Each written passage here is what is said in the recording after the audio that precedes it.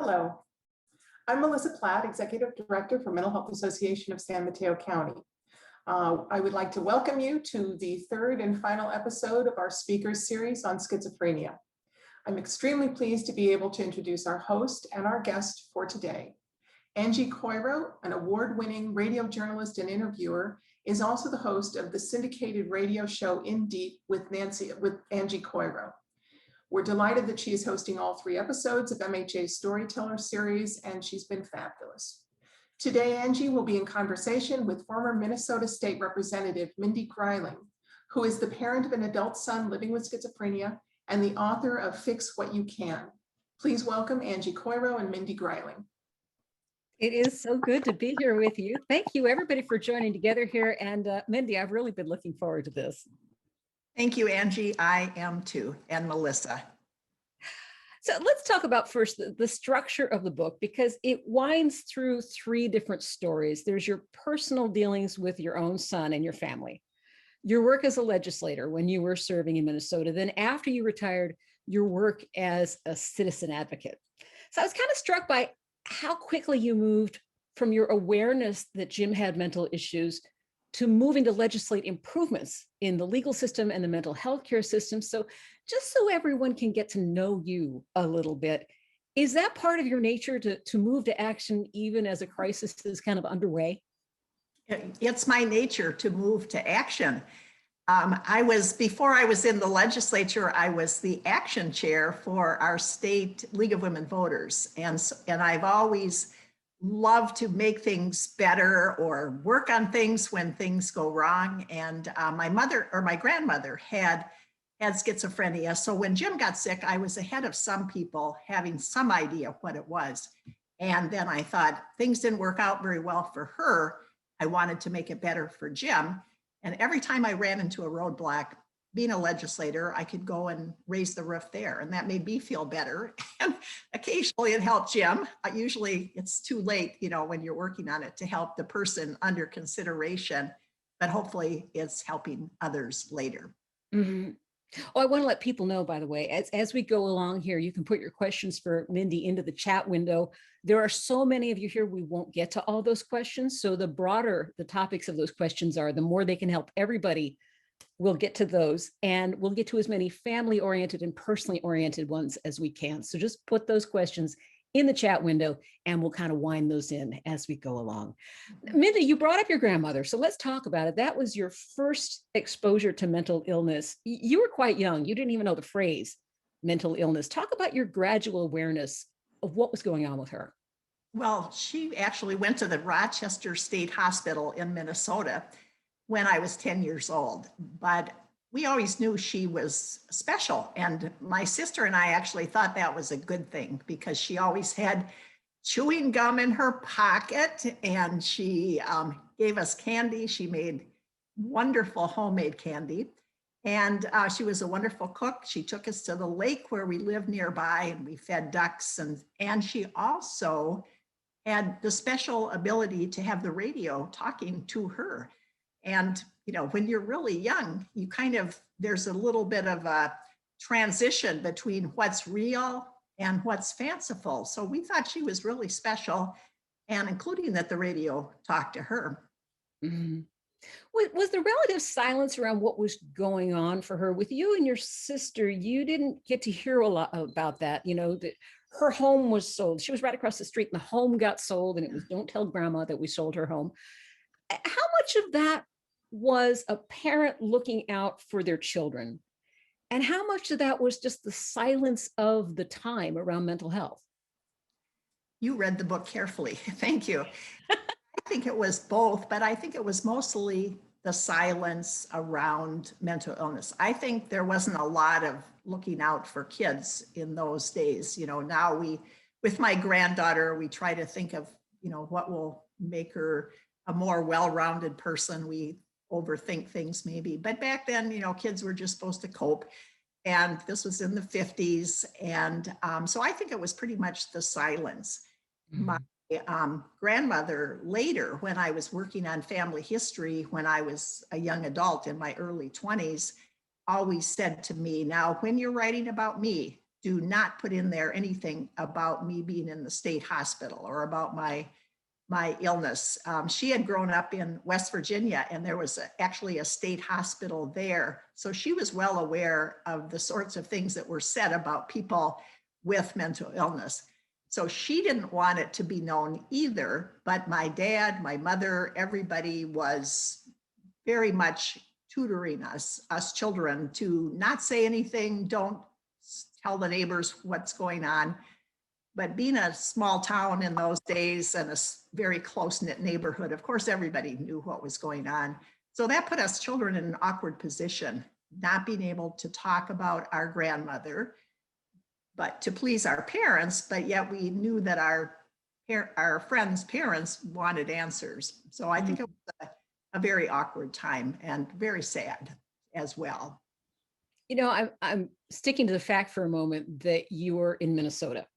And I think there are cliches about how aware different areas are. If it's a rural area, you're less aware, you're less sophisticated. If you're in a major metropolis, you have access to all this care and you have more knowledge.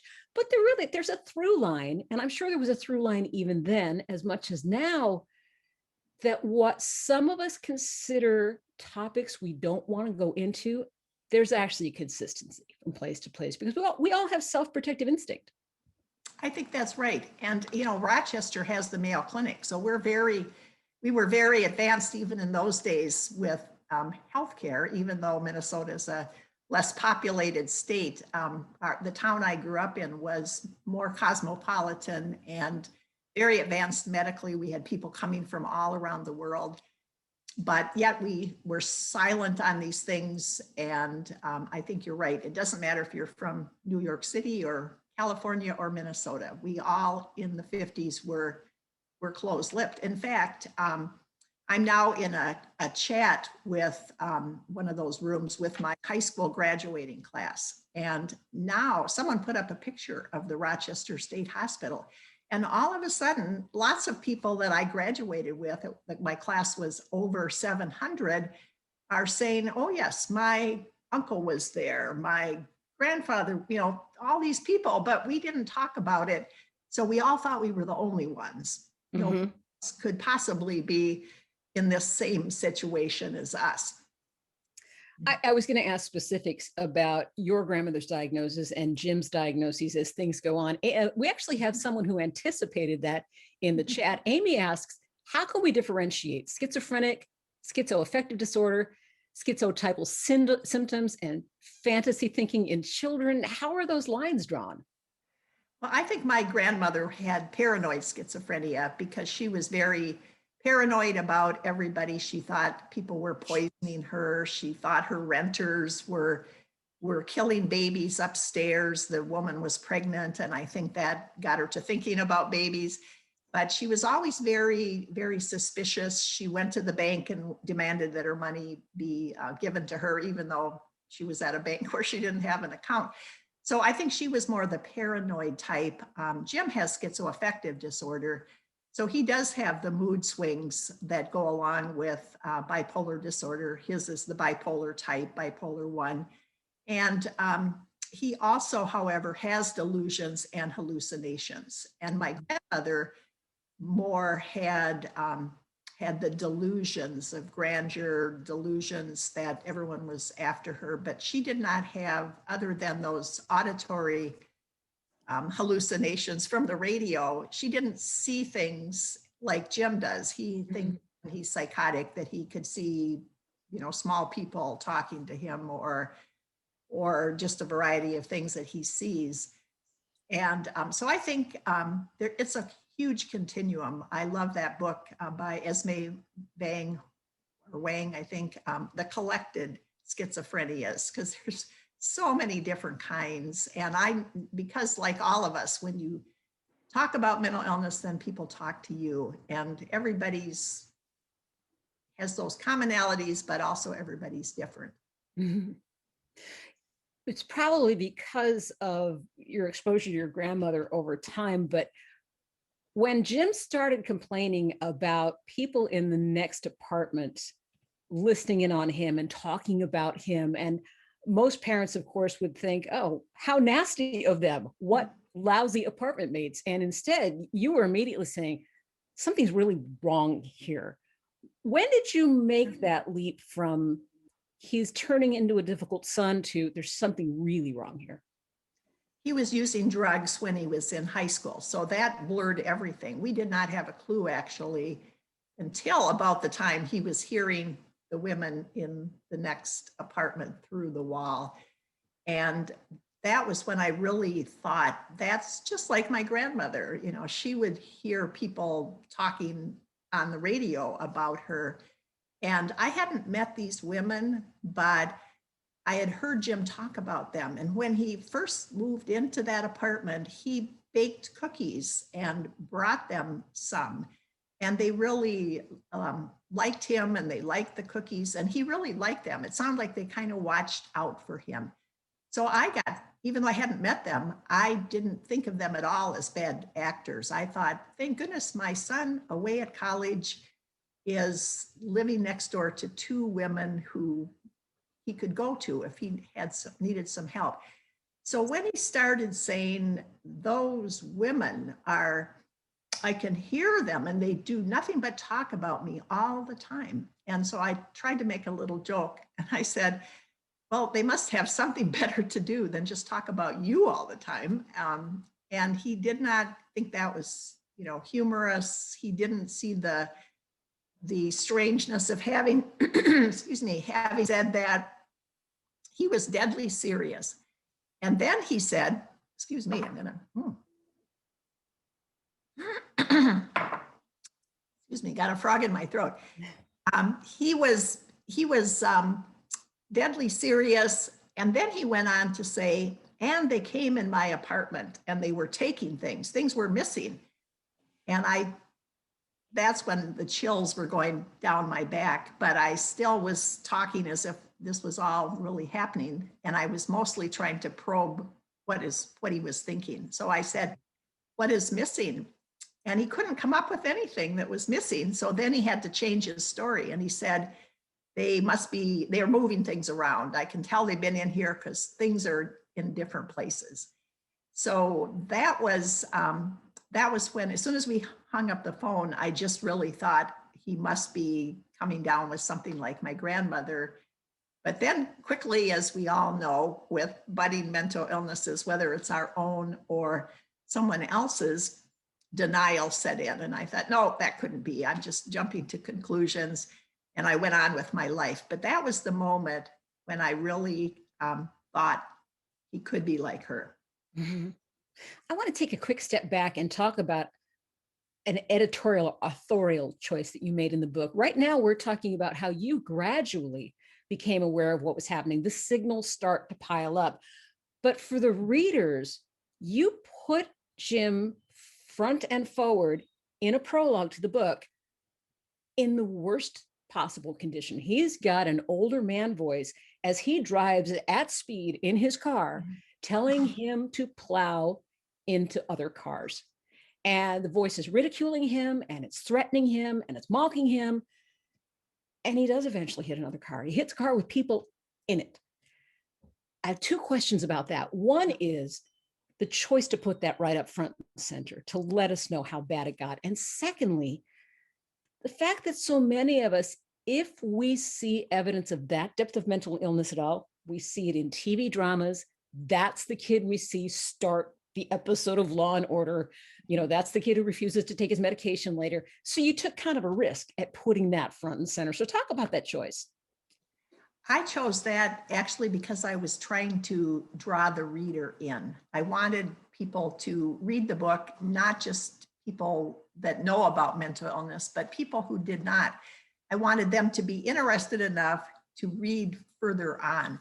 And so I picked that prologue because of one of my favorite mystery writers is Kent Kruger, who writes mysteries about a Corker Connor series. He's an author here in Minnesota, and I actually know him. And he often would have some hair-raising beginning. And I remember he had one situation where a woman had been someone had been stabbing her, I think, and she just barely managed to crawl over to where there was a huge ledge, and the person was still coming at her to kill her, and then she chose to jump over the edge or crawl over, and then she fell to her death, and the person couldn't torture her anymore. And those kind of beginnings he had for mysteries, and then you just are kind of drawn into them.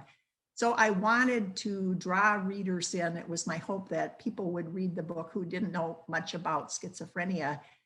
And, but I realized, I do know, I'm very aware, having been in the state legislature for 20 years and worked on a variety of legislation, including controversial things like civil commitment. So I really am very careful about trying to not paint people as dangerous or scary. And so I did have to debate in my mind if that was the incident that I wanted.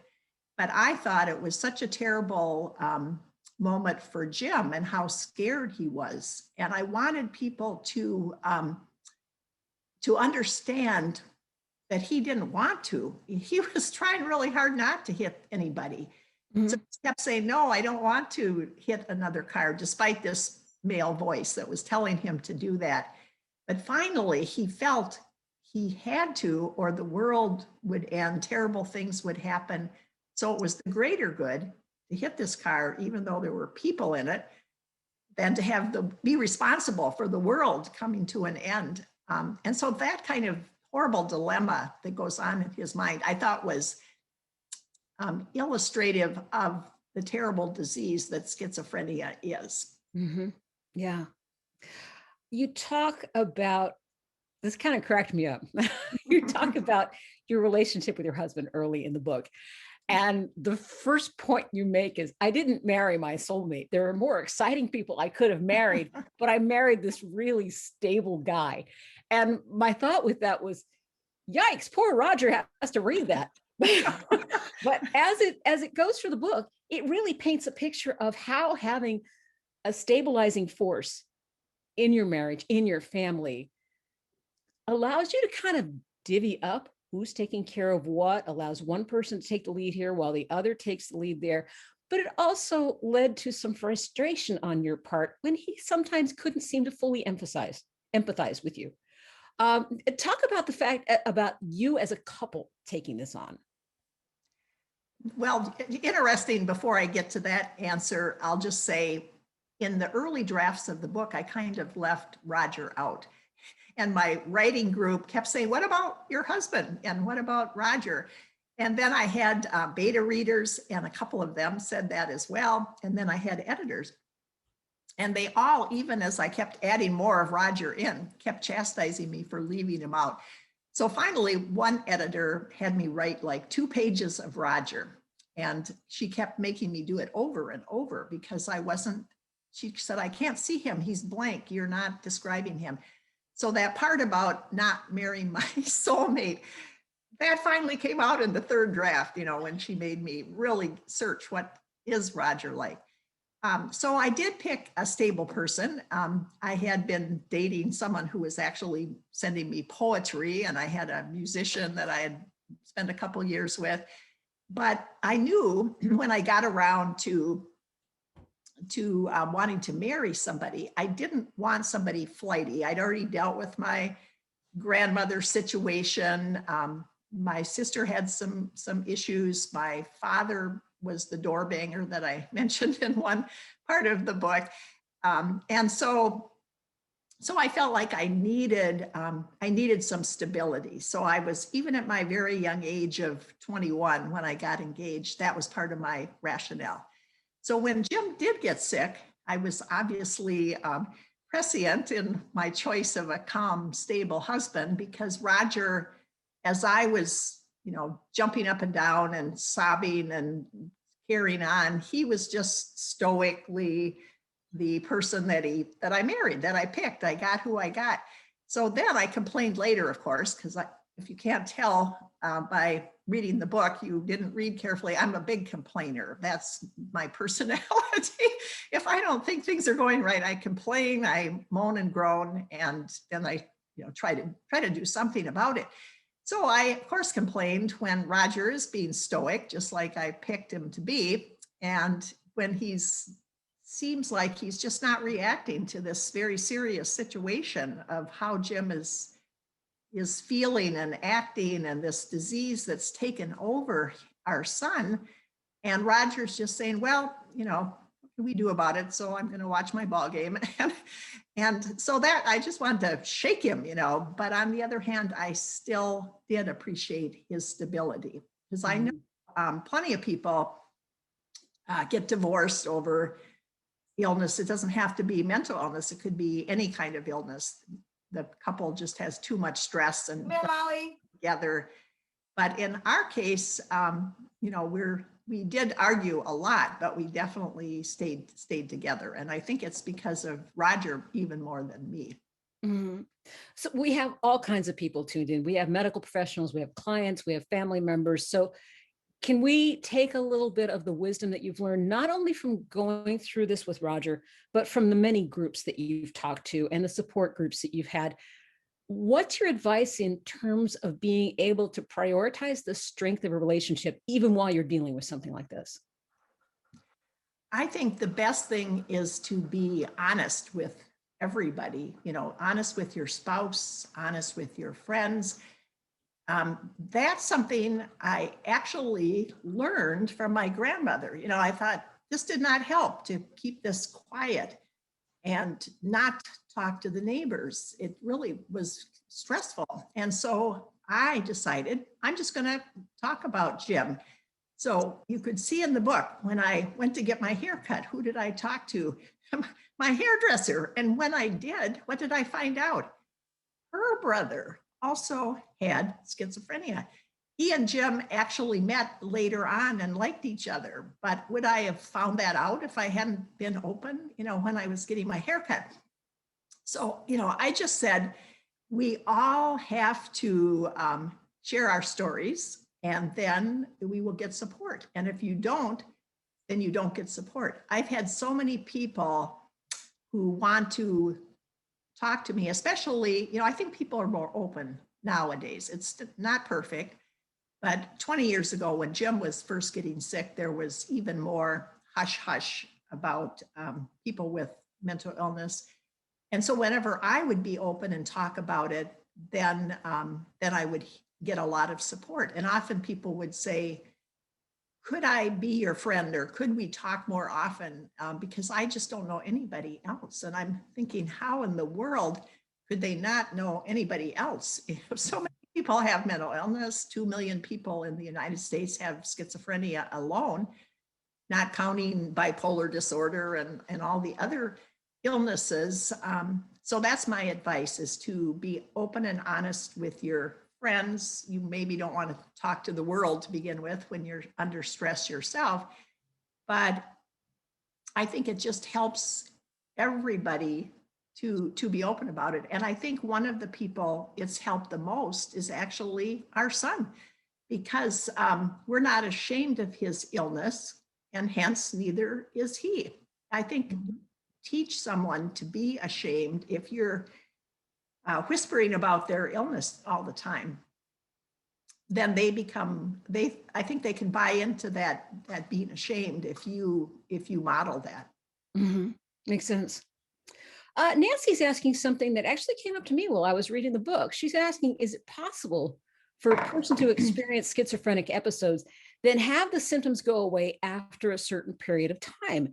And when Jim was first medicated, there was that possibility, which I didn't know was a possibility, that it would be a one and done. Yes, I didn't know that either, but that's what we learned. And of course, we glommed onto that immediately. Okay, that's going to be us. We're tackling this and we're doing everything we can. And then surely then Jim will be one of the lucky ones. And it really seemed that way, because when he got on his medication, he cleared up right away. And then he did not crash. So he went back to college. And then, of course, he crashed later. And in hindsight, I wish that the doctors would have been more open and honest with us and said, some people can, get away with one episode, but most people can't. And what we didn't know was that almost everybody clears up initially with medication. So we thought by him clearing up by taking medication, that would mean he must be one of those lucky ones. But that was not a very good indicator because the meds work really well, especially at the beginning, unless you go off them and on them and off them and on them. So we weren't lucky. But one thing I did find out though, and maybe other listeners know this too, and that is often people that have that one episode, they're not the ones that are active in NAMI or the Mental Health Association. You know, they just go off and live the rest of their lives, and often we don't hear about them. So there are those people, and I've often wondered if I know any of them, but they just aren't sharing because they got away with not having to have schizophrenia or to have bipolar disorder. So I don't know how common that is, but I've read that it's more common than we think. Interesting. By the way, there are so many questions coming in. And as I mentioned in the beginning, we can't get to all of these, but we talked earlier with Randy Kay. That's one of our earlier episodes, and she's your podcast co-host. Yes. And we're going to get to that. But I want to encourage everyone, if I don't get to your question or some of these questions don't really fit into the conversation, go back and listen to the Randy Kay interview too, because there's so many parallels between what Mindy's gone through and what Randy went through with her son, Ben. So you can access that through the Mental Health Association of San Mateo County webpage. So check out her interview there. I want to start moving over into your legislative work that you were doing simultaneously with everything you were learning about Jim. What was the first way that your experiences worked its way into legislation? The first thing was when the hospital told us they couldn't talk to us. Here we have our 21-year-old son, and he had gone by ambulance and through the police and the crisis team for the very first time to the emergency room, and then was put in the psych ward. And we did not go with him because he went with the professionals. And so and they said, just wait till the next day. So I called the next morning to see how he was doing, like you would do for anybody, if it was your mother, your father, your son or daughter, and asked how he was doing. And they said, they started to tell me, whoever answered the phone, but then she said, we can't talk to you because he has, or she didn't say why. She just said, well, he's an adult, so we can't talk to you. So of course that made me very distraught and sad and also mad. So when I finally went to visit Jim and talked to a nurse, she right away asked him to sign a release. And that's when I even found out that you had to sign a release. And he signed it right away. They had not even asked him. So that it wasn't like he was refusing. They just didn't even ask him. So I went to the legislature and looked into the matter. This is actually before HIPAA. And they just said the law applies the same to everybody. It's not different for people in the psych ward. It's just that that's where it's enforced. Mm-hmm. And it seemed to me that was the most odd place to enforce it, when someone's mind is working against them and they don't have a sense of reality. And then their family isn't even treating them normally either, because they're kind of at bay. And it just, that is the beginning, I think, of some families, if they can't surmount that kind of hurt of disconnecting. I've had so many people ask me, why is it so many people that we see in the mental health system don't have families? You know, you're still with your son, but why are you so rare? And I always say, I think parents start down that road right away when they're told they can't talk anymore to find out how their family member is doing. That estrangement, it just kind of gives you PTSD.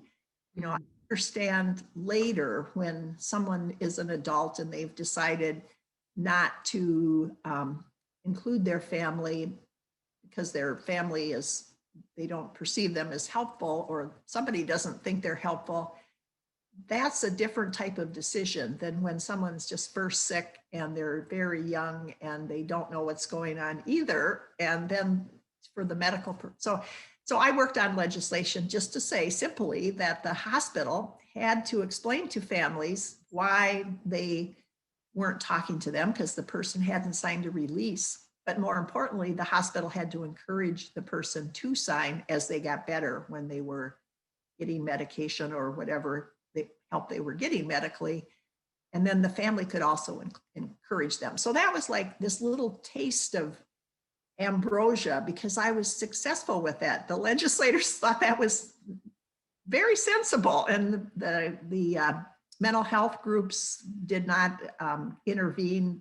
I don't think they saw that as very threatening. The person would be encouraged, and then the family would know. And so we just passed that. So that emboldened me to continue working at the legislature to make things better. Everything didn't go that easily, but I got a taste of success, and that encouraged me. It is telling, though, that you found out later that the hospitals had kind of adjusted. Here's this new regulation that they have to be open, they have to get a signature. And you find out later that some hospitals had kind of torqued their way so they can keep doing things the old way. I found that kind of contradictory. It's in everyone's best interest to get everyone to peak mental health, or at least to compensate for a lack of complete mental health. What was going on there? I think it's just they're busy. And I was a teacher, so I try to be charitable, and I put it in the perspective of when you are a teacher, if you have high maintenance parents, then you have a hard time getting home at night. If you're always, someone's there at school or they're calling, but I also know, and every teacher knows, that if you work with families, then over time, the child learns more and does better, and your job can be made easier if the parents are helping with homework at home and things like that. And so that's how I think of the families or friends or spouses of people with mental illness, that when they need help, when they're in crisis, if the families are involved or their support system, then the person does better. We all do better if someone cares about us when we're sick and helps us to remember what we're supposed to do to be healthy afterwards, when you're leaving the hospital. So I just think the hospitals were busy and they didn't want to take the time. And if the person hadn't signed the release, they could say, we can't talk to you. And then they could say goodbye, and think of all the time that saved. And I think that's part of it. I really thought it was a bit of malice involved too. Interesting. A lot of people are asking about privacy issues. Eileen Stack is someone that you recruited to help get legislation passed. She had to be open in public with the fact that her son had become violent and had murdered her husband, his father, very violently. Mm-hmm. That's certainly something you not only don't want to talk about in public, but her son is still alive, and he has privacy issues too. And how do you serve the best angels while at the same time taking into consideration the privacy issue of someone who's mentally compromised? I think that is probably the hardest question to answer, and the hardest issue that involves the mental health system is the privacy issues, and also when someone is so sick that they need involuntary care. Those two issues. Every other issue, I think everybody unites, and we're all for everything else that people should have when they have a mental illness, if it's housing or employment or access to care that they want. But when you come to privacy, that's one of those two issues that's really, really hard. Even when I was writing my book, I really couldn't have written the book that I wrote if I hadn't worked with my son. And he was the first reader, other than my writing group, of all my chapters. And he actually made suggestions and added things. And if he hadn't been involved, I would have had to leave out some parts because I felt that it was his privacy. But he took the attitude that if it helps other people, even though it was embarrassing, he thought it was worth it to help other people. And he said that when we'd been on a podcast for NAMI last year. at the very beginning. And so, but I think Eileen Stack's son, after he killed her father, it was in the newspapers. It wasn't private anymore because it was a crime. Her son was in prison, and he was in prison a very long time for having killed his father before my son even got sick. And before I even met her, I'd read about this. I mean, everybody read about it. It was a big story. So once, that's my actual big problem with when we criminalize mental illness, then all rights are gone. A person does not have a right to privacy once you've committed a crime. Everything that goes on in the courtroom is public.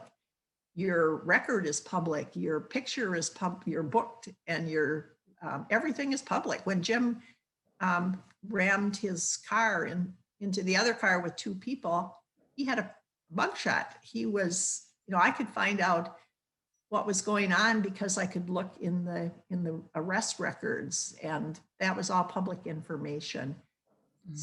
I think once the stakes are that high, then people, privacy it's meaningless then. And when you're in prison, you have no rights. So I think my goal has always been to intervene and try to make things better before somebody ends up that sick that they would do something that they wouldn't do when they were healthy. And that's the tricky part, to intervene or talk about things, at the right moment, not when it doesn't have to be everybody's business, but before something bad happens. Mm-hmm. For many people, nothing bad ever happens, so they don't have to face that. But Eileen Stack's family did.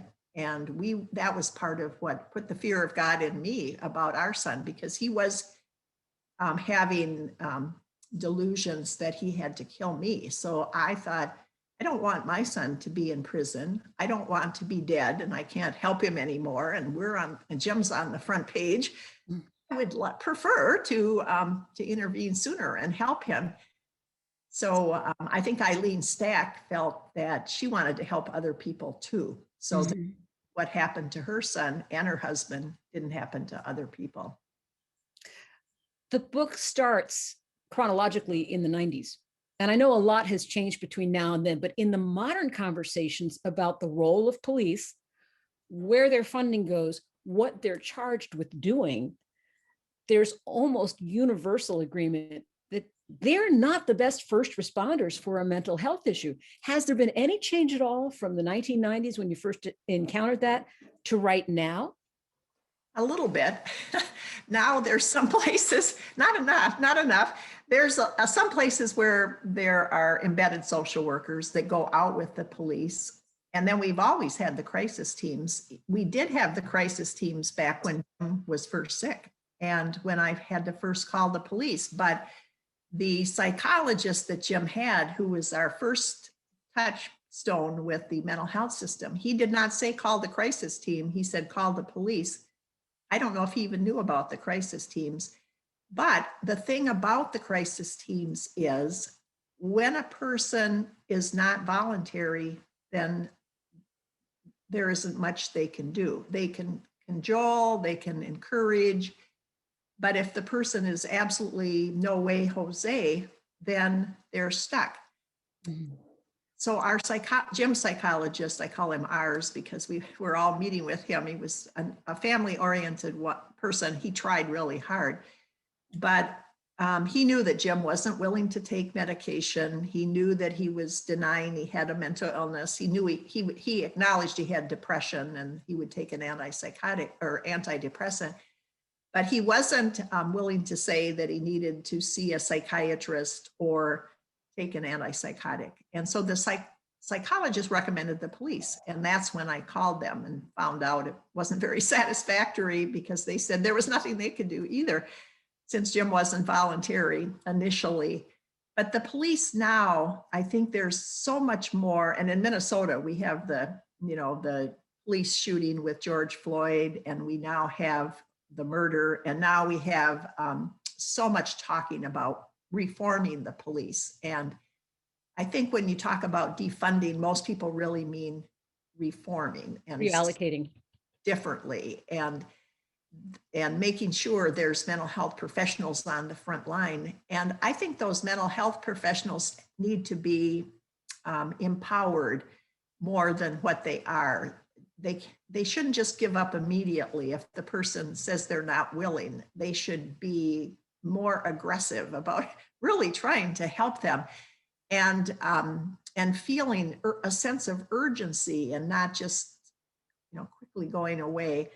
And some of them do that, but I think when they come out with the police, there's more of a sense of urgency than if they come out alone, if the person is really stubborn and has anosognosia like our son used to. Now he has great awareness. We're so blessed compared to so many people that I talk to. He knows he has schizophrenia. He handles all his own meds. And by the way, in case we don't get to it, I want to put in a placeholder here. I hope you'll ask me how he's doing now, because he's doing much better than at the end of the book. Well, go there now, because should I go there now? Okay, he's right at the end of the book. He got back on clozapine because he'd had a suicide attempt, and finally the psychiatrist in the hospital said, "Did you ever do any better on any other medicine? Because he was obviously doing so poorly." And he said, "Well, I did well at one time on clozapine, but I got a granulocytosis, the white blood cell count problem. So he had to go off of it." And back then, when he had to go off of it 12 or so years ago, they told him he could never go back on it again. So we just were left with that piece of information. I'm not sure when doctors decided you can try it again after a period of being off. But finally, a couple years ago, Jim said, "I did better on it," and then they let him go back on it. And that has made all the difference. He did well on it before.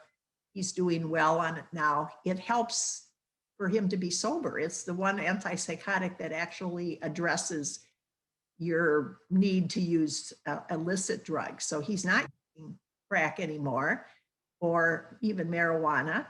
And for him, marijuana actually scrambles up his brain. And he's also, it addresses the negative symptoms. So he's more positive, and we've got our son back. He's just doing incredibly well. And also he was able to see the destructive relationship he had with the girlfriend that he had for much of the book, who got him into the crack in the first place. And so he broke up with her.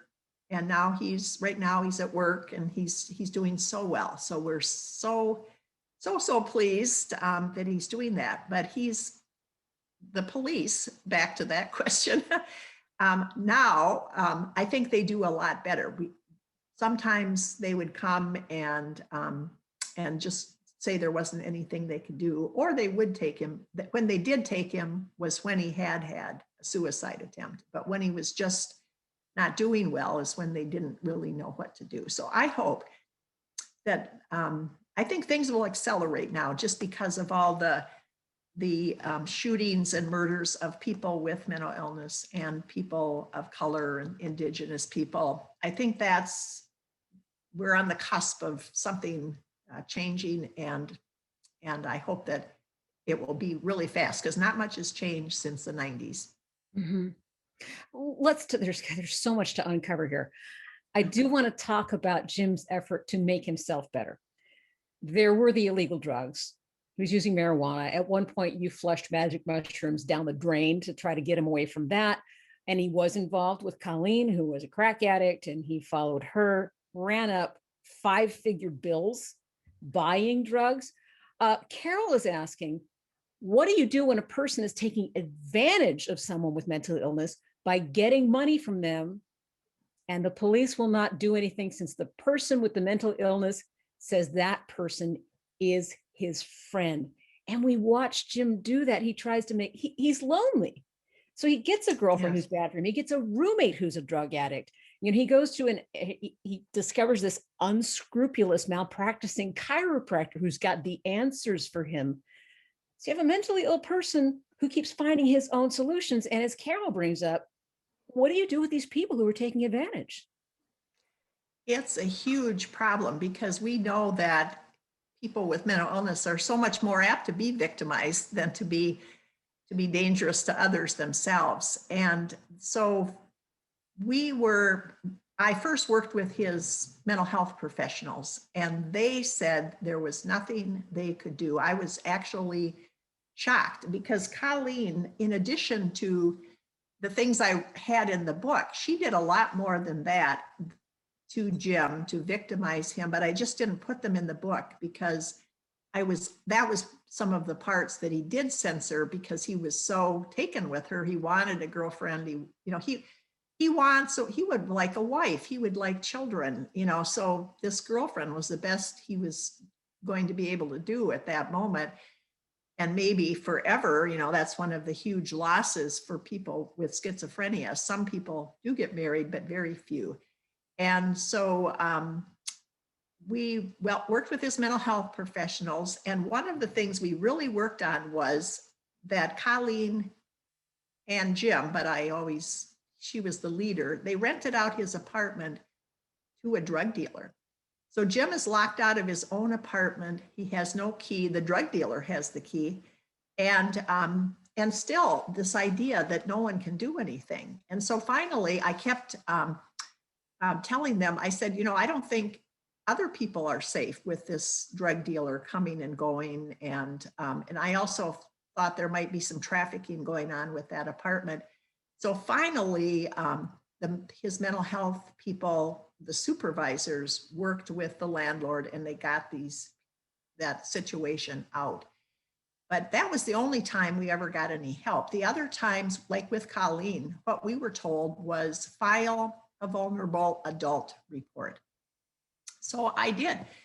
I filed 2 of them. My husband filed one.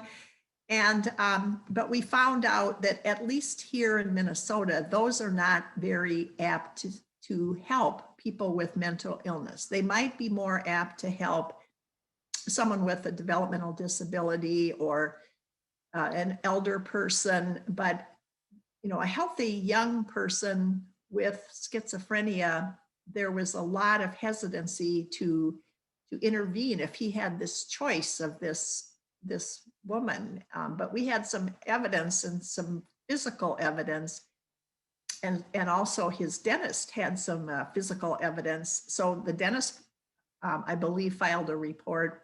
I filed 2, my husband filed 1, but they all went to different counties because of locations. Jim had been living in one county, we lived in another one. So some went to the one he lived in, some went to the one we lived in, the other one with the dentist went to another county. So each place, they didn't have enough evidence. If all of them had gone to the same place, maybe they would have done something.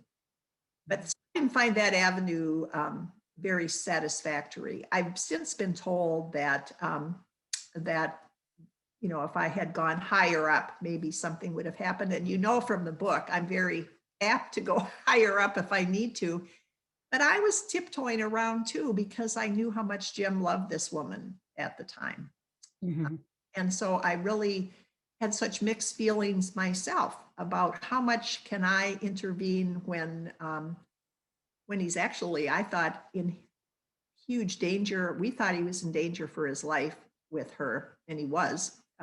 But I also thought that he loved her so much. And so it was very, very hard. I was glad when the clozapine did the job for us, because part of his not using drugs and his mind clearing on clozapine, another part of that then was he could see Colleen for who she was.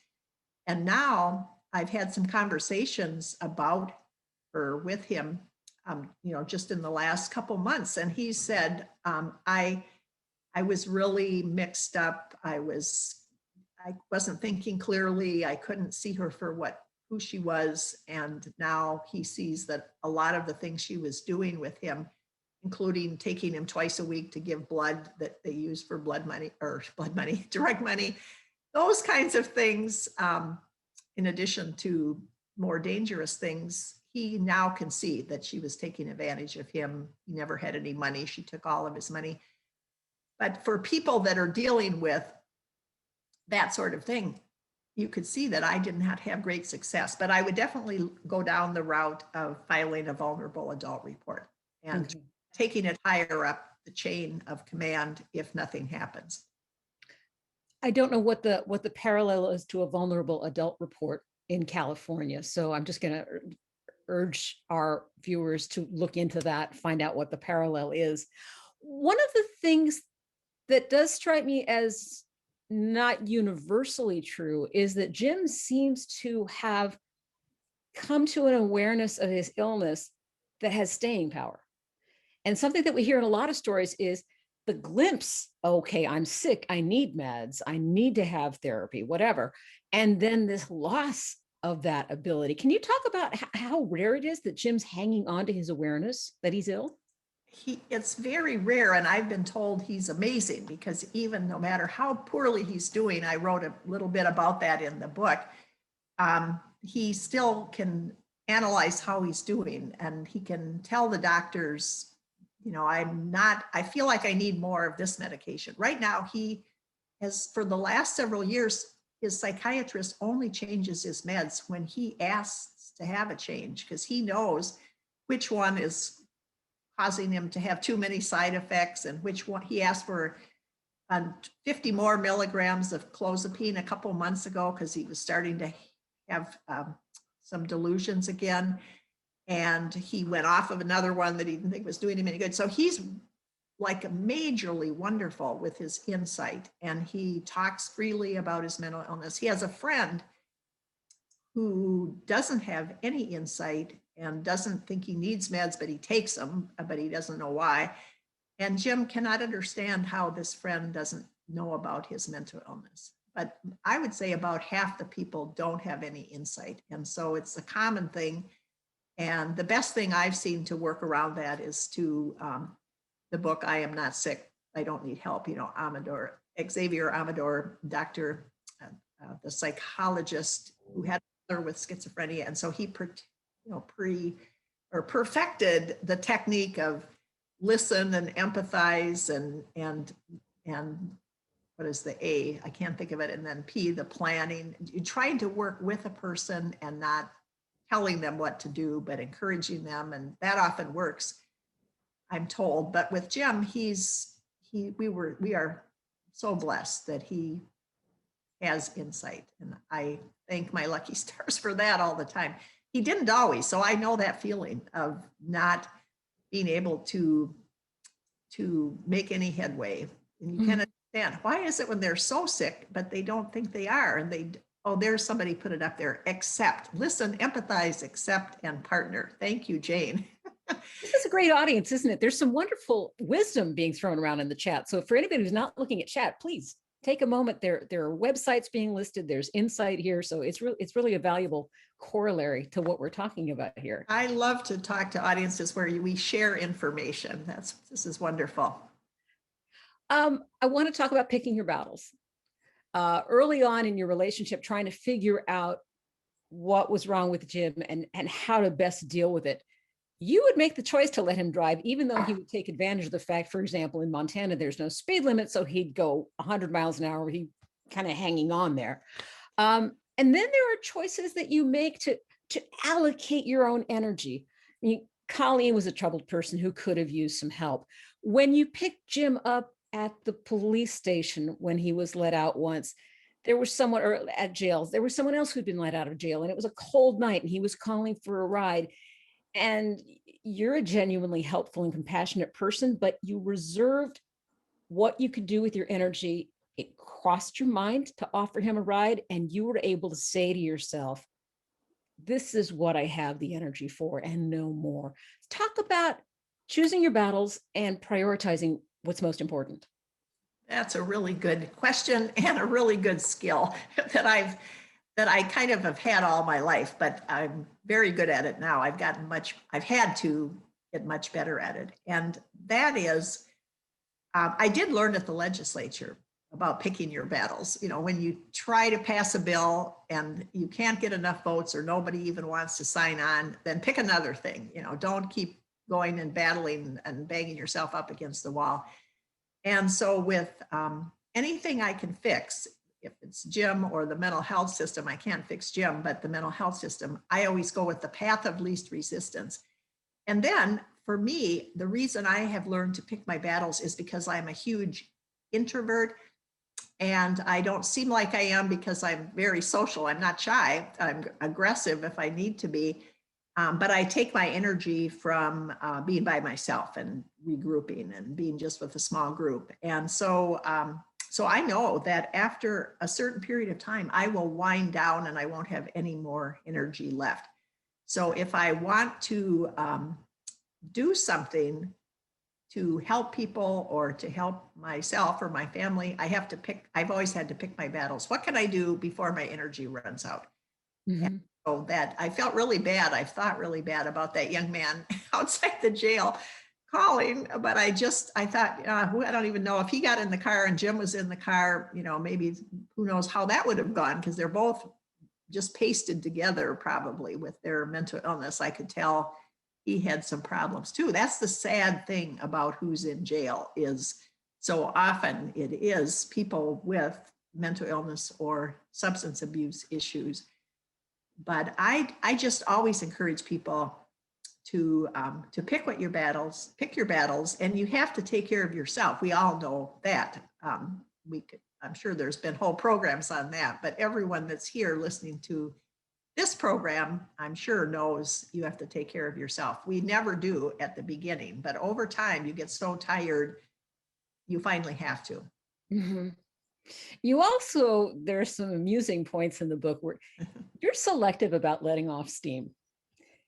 When you do it, you are on point. There was a moment that was kind of grimly delicious in the book. There was yet another hospital employee who wouldn't tell you anything, and they cited the privacy laws. And by now you'd pretty much heard enough of that. And you said, privacy, what your hospital is doing is on my Facebook page. And I think there's just got to be something to be learned there about periodically saying, I'm just going to speak my truth. I'm just going to get it out there. I do that. I definitely do that. And that is, the mental health system is so asinine at times that you could laugh, you could cry, or you could get mad. And so sometimes I laugh, sometimes I cry, but I'm more apt to get mad because I get more done when I'm mad. You have this huge burst of adrenaline and energy. And I feel really good when I've gotten mad about something and let off steam, and I felt like I was justified.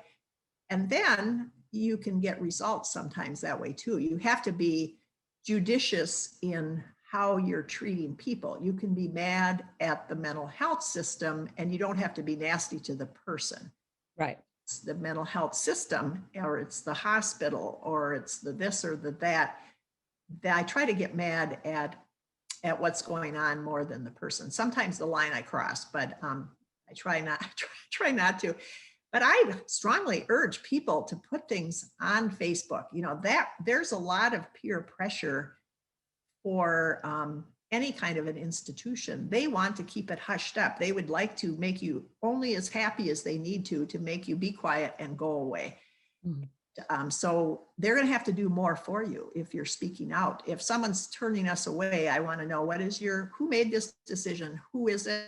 What's their position? Could I have their contact information? And then sometimes they say, wait a minute, no, I think he could stay. They don't want to get out, give you that information. They'd rather accommodate you. So the bigger you are, then in terms of puffing up your feathers, the more apt you are to get results.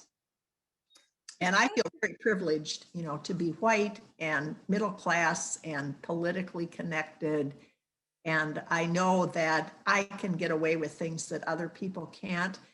And I have more power than other people, even though I'm retired. I still in Minnesota anyway. If I moved to another state, I'd be just like everybody else. But here I have a little bit of cachet still, and I use it whenever I can for my son. We should all use, and I always tell people, go ahead and use my name for your son or daughter or family member if you think that will do any good. Tell them I said you should say this. And So I just think we all should use every tool that we have Mhm. to help with whoever we're advocating for. Well, let's talk about seeking support, because you were urged frequently to get in touch with Al-Anon and to use them as a support system. And when you finally did that, you found that Al-Anon really doesn't have the focus on mental health that you and your husband Roger needed them to have. And you went on to form your own support groups. Talk about the choice that you made there and what different, people who are watching us, what different support systems they might look for. And I will say right at the beginning, I know Al-Anon does a lot of good for some people, and some Al-Anons might be different than others, but we went to one where they were pretty much talking about alcoholism and not even other types of substance abuses. So we were dealing with crack and we were dealing with schizophrenia, and nobody even mentioned the mental illness. So it just didn't help us. And there could be another Al-Anon group that could be totally helpful, but it just didn't. And all that formula type stuff, somehow I'm too much of a libertarian to go with all that sort of apparatus that goes with Al-Anon. But I do think everybody needs support. And I don't like support groups. I don't like to sit around and wring your hands and in a large group and everybody's airing their issues. But to me, that's different than friendship. And so I've always had good friends. I've always shared with my friends. And then I've just, over the last several years, I did get into what I guess is a support group. It's what we call the Six Moms. And I kind of fell into it because I had a few people that said, could I be your friend? Because I don't know anybody else in this situation. And then I had another person that said the same thing. And I thought, why don't the three of us meet together?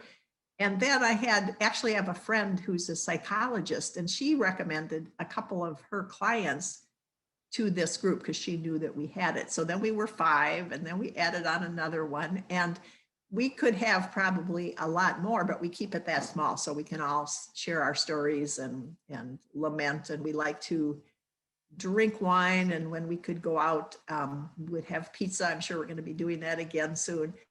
But that really helps, I think. It's different than just a casual friend who isn't dealing with schizophrenia. If you're dealing with 6 moms, it happens to be moms, and we actually happen to all have sons. It could be fathers and it could be daughters, but we just happen to be all mothers who have sons. But we all can short circuit. It's such a relief to talk to people who know about mental illness compared to people who just are supportive and curious, but they don't really know. And you can't possibly, I wrote the book, so some of them could read it possibly, and they have told me, I had no idea. I thought I knew you, but I guess I didn't, because how did I know what you were going through? But the people who are going through it are a special breed. And I encourage everybody to, get a small group and get together. And I often think that would be something that mental health groups could facilitate if people didn't know other people. There's support groups like NAMI, I know, does support groups, but I think this business of just really small groups that go out socially and they're not sitting in a circle, like a traditional support group, there's something to be said for that. But everyone has a different idea, and the main thing is to find some group. Mm-hmm, mm-hmm. We're going to turn it entirely over to our viewers in just a minute, just do a lightning round of questions. But I do want to ask you finally about making a plan for the future. He's never going to be fully independent. Jim is not. He does have his sister Angela, who is compassionate and successful and concerned for his well-being. There's also the fact that she never signed up to have a brother who's ill and going to need continuous care. So talk about what wisdom you've picked up about planning the future and about getting buy-in from the family and your sources, your resource circle, to make a solid plan. That is something every family worries about if you're dealing with a really serious mental illness like schizophrenia. And we have just one other daughter, so she already knows she's it. So she is Jim's trustee. We were fortunate to have an inheritance for our children from our parents so that they have a trust. Each of them has a trust, and or she inherited, and then Jim has a trust, so it didn't ruin his government benefits. And that is something she's the trustee once Roger and I aren't able to do it anymore. So she's agreed to do that. We have the advanced psychiatric directives. Roger and I have power of attorney, and she's the secondary person on both of those things. But those only kick in if Jim is in crisis. Right now he's doing so well. They only kick in if he would get in crisis again. But it does come up because Angela our daughter's name is Angela. For instance, Jim is saving for a car. And she said, well, I'm not so sure I'm so thrilled about the idea of him having a car, because think of all the things that can go wrong with a car and how expensive that is. And do I want to deal with that? She lives in Washington, D.C. We're in Minnesota. And I thought, well, you're way too young to be caring if he has a car or not, because we're going to live for another 10 or 20 years, maybe longer. So you just put it out of your mind. But that told me that she's already got it in her mind. She's worrying about it and trying to make it as simple as possible for herself and for him, I guess. But I wish she didn't have that burden of, she still has her daughter she has one daughter, our granddaughter, who's going to be 17 soon. And she isn't even out of the house yet. And so I wish Angela didn't have to worry about having older parents, having a brother that she has to kick in with helping when we aren't able to, but that's just the way it is. And that's as best as we can do, because who else really cares enough to want to do anything about him? There's guardians. We looked into a guardian for Jim. And in Minnesota, NAMI actually doesn't recommend them, because sometimes they make things worse. They have the power, but yet they aren't there to make a decision, or you can't get a hold of them, or so that is not anything we're even looking at. And Jim when he's doing as well as he is right now, he wouldn't qualify for one anyway. So our conclusion was it's going to have to be our daughter. And then I have these 6 moms, and we kind of all have a pact that we would, maybe possibly in the far future, help with each other's children if it comes to that and somebody isn't around. But we haven't gotten very formal about that yet. Got it. We talked about the difficulty with having to call the police when there's actually a mental health crisis going on. And we've talked about what to do about that legislatively and what the ideal situation is. Lee and Rick are saying all providers say to us, the parents, our son needs to seriously harm someone for them to do anything. By that model, it would be too late. So talk about that intersection between the law and the mental health groups. Lee and Rick are in that immediately right now. So as opposed to waiting for legislation, what do you do in the moment? Well, you can lie. And that's probably the best you can do. You can wait for legislation, and that's a very long-term proposition. In that spot right then, or you can just be really aggressive. When I called the police for Jim the first time, and the police came and said there was nothing they could do because he was tearing up the house, and he was, out of control that way, punching holes in the wall, but he wasn't damaging himself or others. He wasn't a danger to self or others. And at that time, Minnesota's law even said you had to be imminently dangerous. If they arrived 10 minutes later, even, that wouldn't count. So we reformed our law. We have a better one now for earlier intervention. But even when we had that terrible law, the police were leaving, and I just said, don't go anyplace. And then I called the dispatcher. I just,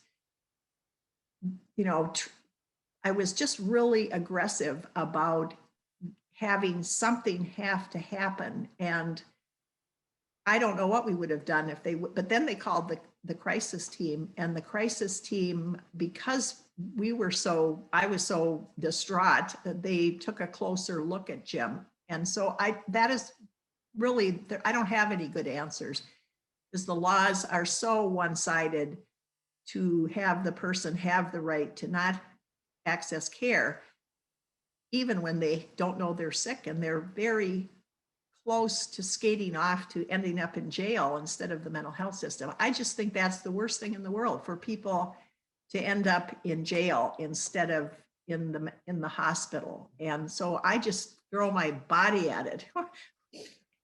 Yeah. I think what I'm hearing in there is, do what you need to do in the moment. If you need to lie, right then and there, lie. If it's what you need You to can do. say they are, I am afraid, I didn't actually have to do that, because just my aggression at that time did it. But I think if you have to say, I am very afraid, I've heard families that have said they've staged, tipping over the chairs, or they say, my son just took a swing at me or something. I mean, I just think that's tragic to have to do that. Yeah. But if you're afraid for their life or your life, then I think there's really nothing you can do. Thankfully, some states have better laws now. Like Minnesota has just passed a law called engagement, where if you can call your county, families can call their county, the crisis team has to come out, and they have to be aggressive for up to 3 months. They have to stick with the person, constant. And then if they meet the criteria for civil commitment, they could be committed. But this is before you have to get that sick. Mm-hmm. My heart breaks for people that are in states where in California is one, oh my gosh, their son has attacked them. I just think that is the most heartbreaking thing. I don't know how a mental health system cannot help. I think if you've been attacked by your son, that they should be able to receive involuntary care. I don't understand why that should trigger care in any state, I would think. Mm-hmm. Police not educated or trained to know that that's the case. I don't know. Mm-hmm.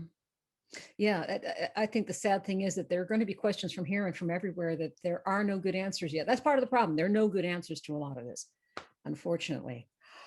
This is a good one from Nicholas. She asks, do you think people with schizophrenia should or should not disclose their illness when they apply for a job?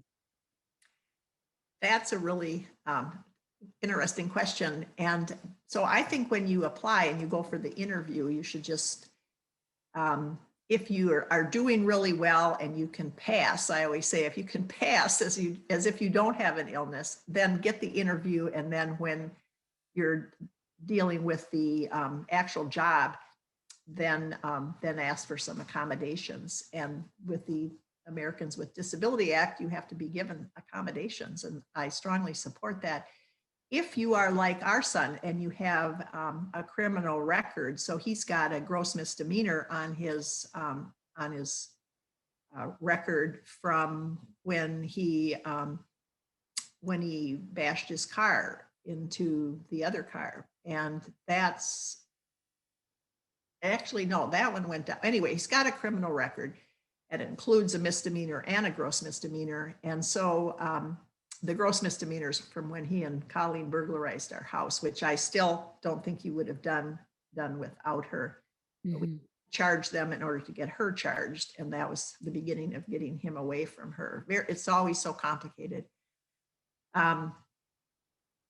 But since he has a criminal record, and since he's now very shy and not as, you would think a 43-year-old man should be more articulate than what he is. I think he just has to, he's working with an employment agency. Jim works at NAMI. 2 hours a day, 2 days a week. So he's doing so well, he wants another job. So he's now working with a group called LifeWorks, and they help people with developmental disabilities and mental illness get jobs. And there's nothing for it when you are someone like Jim with the record that he has and the personality that he now has. You might as well say that you do have a job, and then you're getting an employer who knows what they're signing up for. One of Jim's friends is working for an insurance company full-time. He has schizophrenia, and but he's working all on the computer, so he doesn't have to socialize with other people. He's very smart. Of course, people with mental illness can be very, very smart. And so he's working in a non-stressful situation. During COVID, he's working from home, and he's helping figure out what if claims are legitimate or not, somehow with a formula that they have. And his mother told me he's really good at video games, and this for him is like a video game, making sure all the boxes are checked or something. So there are companies that seek people with disabilities and want to promote them. And those are I think you can't get connected with a company like that if you don't say up front that you have a schizophrenia. Mm-hmm.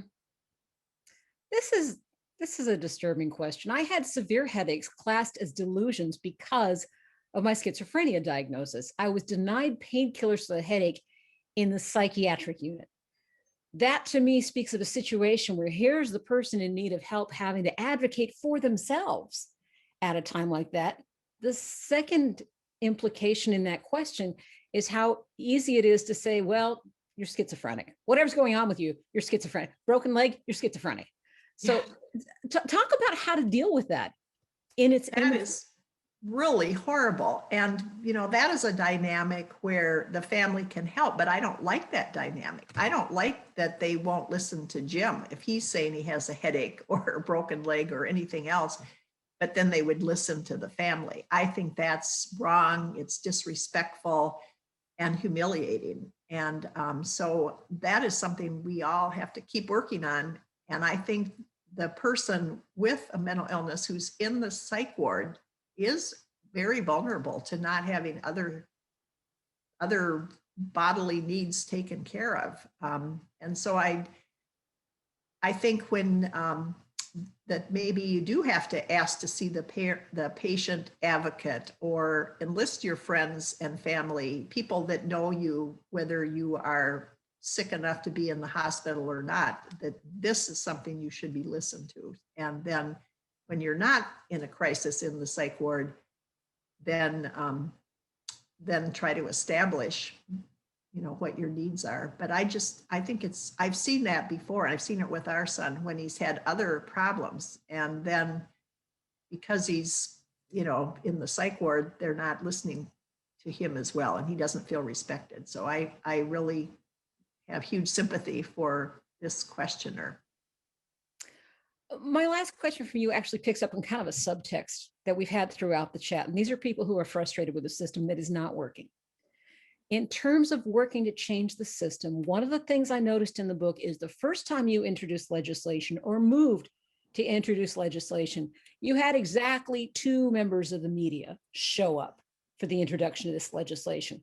And through a lot of advocacy and networking, by the time this actually was coming to fruition, was coming to a vote, the place was crammed with reporters and crammed with media.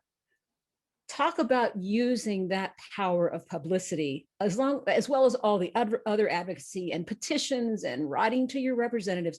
Talk about enlisting the advocacy of people beyond that circle to get things done. And that's where we have to tell our stories and we have to speak up, because if you have a really good story and if there's any controversy connected with it, those are what the media is looking for. Our daughter is an editor with a journalism or a media company. And so she knows well that it has to be something that is a human interest. And if there's any controversy involved, that it heightens the interest. But so we have to tell our stories. Stories are what media likes the best. And and also develop relationships with the media and feed them news. You know, they're busy people. And so if they get news tips or they get, you know, when we had only 2 that showed up to that press conference, I was so surprised because we had Eileen Stack testifying about her son having killed her husband, and she wanted to help other people so they didn't end up like that. And we had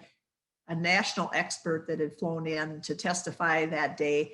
And I don't think my media person did a very good job of, you know, running around saying, this is a really good story. You know, you have to kind of feed the media and help them know and interpret. And that is, it's work because they are so besieged, even more so now with all the social media. We have to cultivate the media and relationships. So that's what I did eventually, was just establish myself as somebody who the media could talk to. And now we have, at least in Minnesota, so much good coverage of mental health stories. We have somebody that works for one of our online companies that's all she pretty much writes about is stories about mental illness and successes. And she did an article on my book. You know, it's just night and day from what it used to be. And that's because people are telling their stories and speaking up. Speaking of telling stories, I want to refer everyone over to your website, mindygreiling.com. If you go to the podcast there, Schizophrenia, 3 Moms in the Trenches, they can find your programming there. And I do want to refer people again. We have had earlier discussions in the chat. There were discussions about mental health issues in the UK. That was discussed by Nathan Filer in our first interview, Randy Kay after that, and this conversation with Mindy Greiling. That's all going to show up on the Mental Health Association of San Mateo County page. So Mindy, thank you so much. Thank you, Angie. You're just a great interviewer. You really read the book carefully and put your finger on issues that nobody else has that's interviewed me. It's a very good book, and I have got to recommend it. So that is Fix What You Can. All right, we're going to turn it back to Melissa to say goodbye to everyone. So, thank you all for joining us today. If you would like to see more events like these, please consider making a donation through our website. We're hoping to have a fall series, and you can check out our website or follow us on Instagram for that information. We'd like to extend our thanks and appreciation to Sol Mateo for co-sponsoring this series, to Reach and Teach for partnering with us for the books, to Angie Coiro for her wonderful hosting of all 3 events. And Mindy, it was wonderful to hear you today, and thank you for your openness and your honesty. Thank you all again, and we hope you join us in the fall.